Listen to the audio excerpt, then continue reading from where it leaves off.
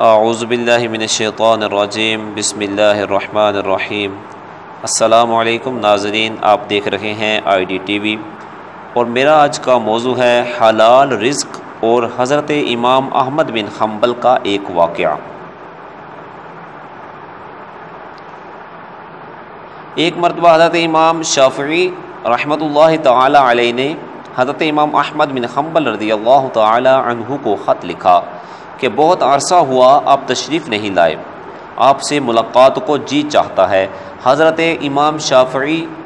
استاد ہیں اور حضرت امام احمد بن حنبل ان کے شاگرد ہیں۔ حضرت امام شافعی کا قیام مصر میں تھا، اس لیے وہاں شوافع زیادہ ہیں۔ جواب میں حضرت امام احمد بن حنبل نے فوراً اپنا پروگرام لکھ کر بھیج دیا کہ فلاں دن فلاں تاریخ کو آپ کی خدمت میں مصر میں حاضر ہو رہا ہوں۔ حضرت امام شافعی نے اپنے گھر والوں کو، اپنے ملنے جلنے والوں کو اور دوست احباب اور دوسرے علماء کو ان کے آنے کی اطلاع دی،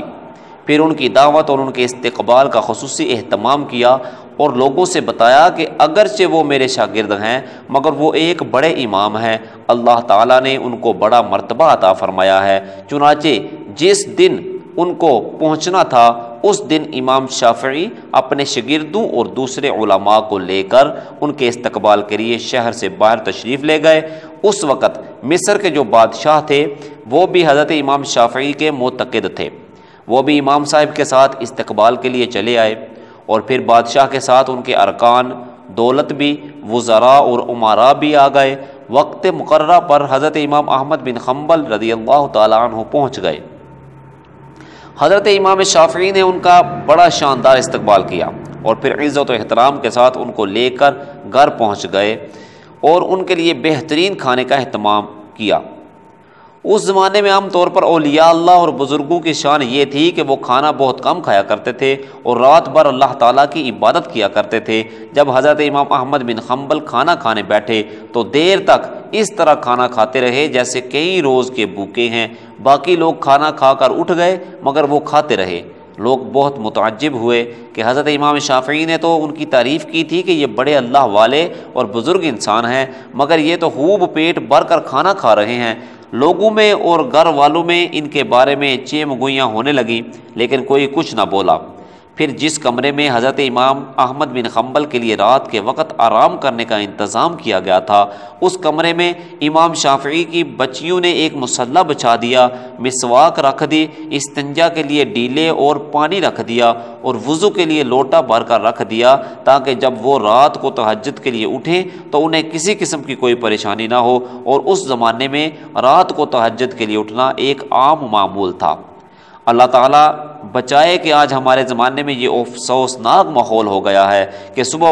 8 بجے اور 9 بجے اٹھنا ہمارا معمول بن چکا ہے۔ اس زمانے میں تو عام لوگ بھی تہجد کی نماز پڑھا کرتے تھے اور قائم اللیل ہوا کرتے تھے، اور جو علماء اور صلحاء تھے وہ تو رات کے وقت عبادت کیا ہی کرتے تھے۔ اللہ تعالیٰ ہم سب کو بھی تہجد پڑھنے کی توفیق عطا فرمائے۔ بہرحال حضرت امام احمد بن حنبل نے رات کو اس کمرے میں آرام کیا اور صبح اٹھ کر فجر کی نماز پڑھنے چلے گئے۔ جیسے ہی وہ نماز کے لیے نکلے تو حضرت امام شافعی کی بچیاں اس کمرے میں آ گئیں تو وہاں دیکھا کہ پانی کا لوٹا ویسے کا ویسا پانی سے بھرا ہوا ہے، نہ مسواک استعمال ہوئی، نہ ڈیلے استعمال ہوئے اور نہ وضو کے لیے پانی استعمال ہوا، سب کچھ جیسا تھا ویسا ہی رکھا ہوا ہے۔ اب ان کے دل میں یہ شبہ ہوا کہ شاید رات کو چونکہ زیادہ کھا لیا تھا اس لیے تہجد کے لیے آنکھ نہیں کھلی۔ جب فجر کی نماز پڑھ کر حضرت امام احمد بن حنبل تشریف لائے تو گھر والوں نے حضرت امام شافعی سے کہا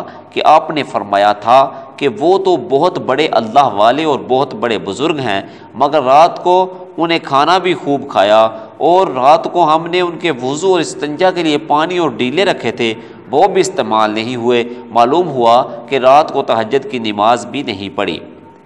اب امام شافعی کو بھی تشویش ہوئی، لہٰذا انہوں نے حضرت امام احمد بن حنبل کو بلایا اور تنہائی میں لے جا کر ان سے پوچھا کہ اس طرح کی باتیں سننے میں آ رہی ہیں، آپ نے کھانا بھی غیر معمولی طور پر کچھ زیادہ کھایا، اور جس کمرے میں آپ کے لیے سونے کا انتظام کیا گیا تھا اس کمرے میں آخری شب میں استعمال کے لیے جو چیزیں رکھی گئی تھی وہ بھی استعمال میں نہیں آئی، کیا بات ہوئی؟ آپ پہلے تو ایسے نہیں تھے، کیا یہاں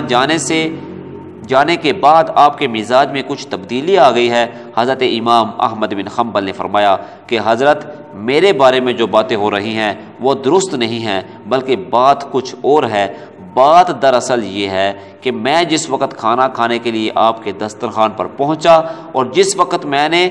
اس کمرے میں قدم رکھا تو میں نے دیکھا کہ اس کھانے کے حلال اور طیب ہونے کی وجہ سے وہ کمرہ نور سے چکنا چور ہو رہا ہے، اور یہ دیکھا کہ آسمان سے لے کر اس دسترخوان تک انوار کی بارش ہو رہی ہے۔ جب میں نے یہ صورتحال دیکھی تو میں نے سوچا کہ شاید اس سے زیادہ حلال اور طیب کھانا مجھے زندگی میں نہیں ملے گا، لہذا جتنا بھی زیادہ سے زیادہ اس کو کھایا جا سکے کھا لیا جائے، اس لیے کہ اس کھانے کا ذرہ ذرہ ایمان کو اور دل کو روشن کرنے والا ہے۔ اس لیے مجھ سے جتنا زیادہ سے زیادہ کھانا کھایا جا سکا کھا لیا، اور میں نے یہ نہیں دیکھا کہ کون کتنا کھا رہا ہے اور کون میرے بارے میں کیا سوچ رہا ہے۔ جہاں تک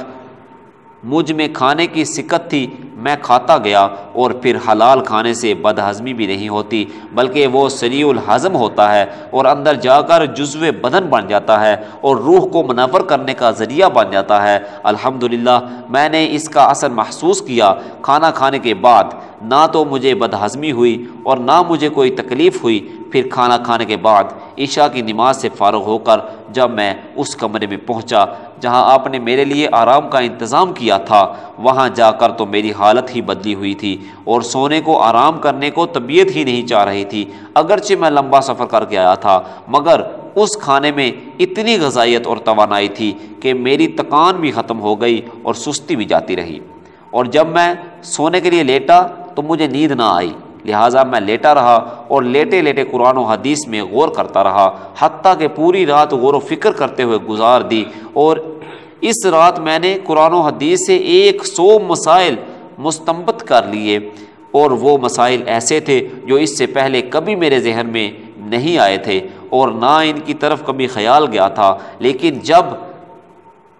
آج کی رات میں نے غور کیا تو مجھے ایسا محسوس ہوا کہ قرآن و حدیث کے علوم اور اسرار میرے سامنے کھلے ہوئے ہیں۔ تمام مسائل کی تفسیر اور جوابات میرے ذہن میں آتے چلے گئے، اور صبح تک میں مسائل کا استنباط کرتا رہا۔ اسی حالت میں صبح ہو گئی۔ یہ سب آپ کے کھانے کا اثر تھا جو رات بھر میں نے محسوس کیا، اس لیے تہجد کے وقت نہ تو لوٹا استعمال کرنے کی ضرورت پیش آئی اور نہ مسواک کی ضرورت پیش آئی، اور وہی عشاء کا وضو میرے لیے فجر میں کام آیا۔ یہ سن کر حضرت امام شافعی رحمۃ اللہ تعالی علیہ نے پھر اپنے گھر والوں کو حقیقت حال بتائی، اور جو لوگ ان کے بارے میں غلط قسم کی باتیں کر رہے تھے ان سے کہا کہ تم نے ان کی شان میں گستاخی کی ہے، لہٰذا ان سے معافی مانگو، ان کا یہ حال ہے۔ واقعی ہمارے اندر جو دین کا جذبہ نہیں ہے اور دین کی طرف میلان نہیں ہے، جبکہ ہم جانتے ہیں کہ دین برحق ہے اور آخرت برحق ہے اور ہمیں آخرت کی طرف متوجہ ہونا چاہیے،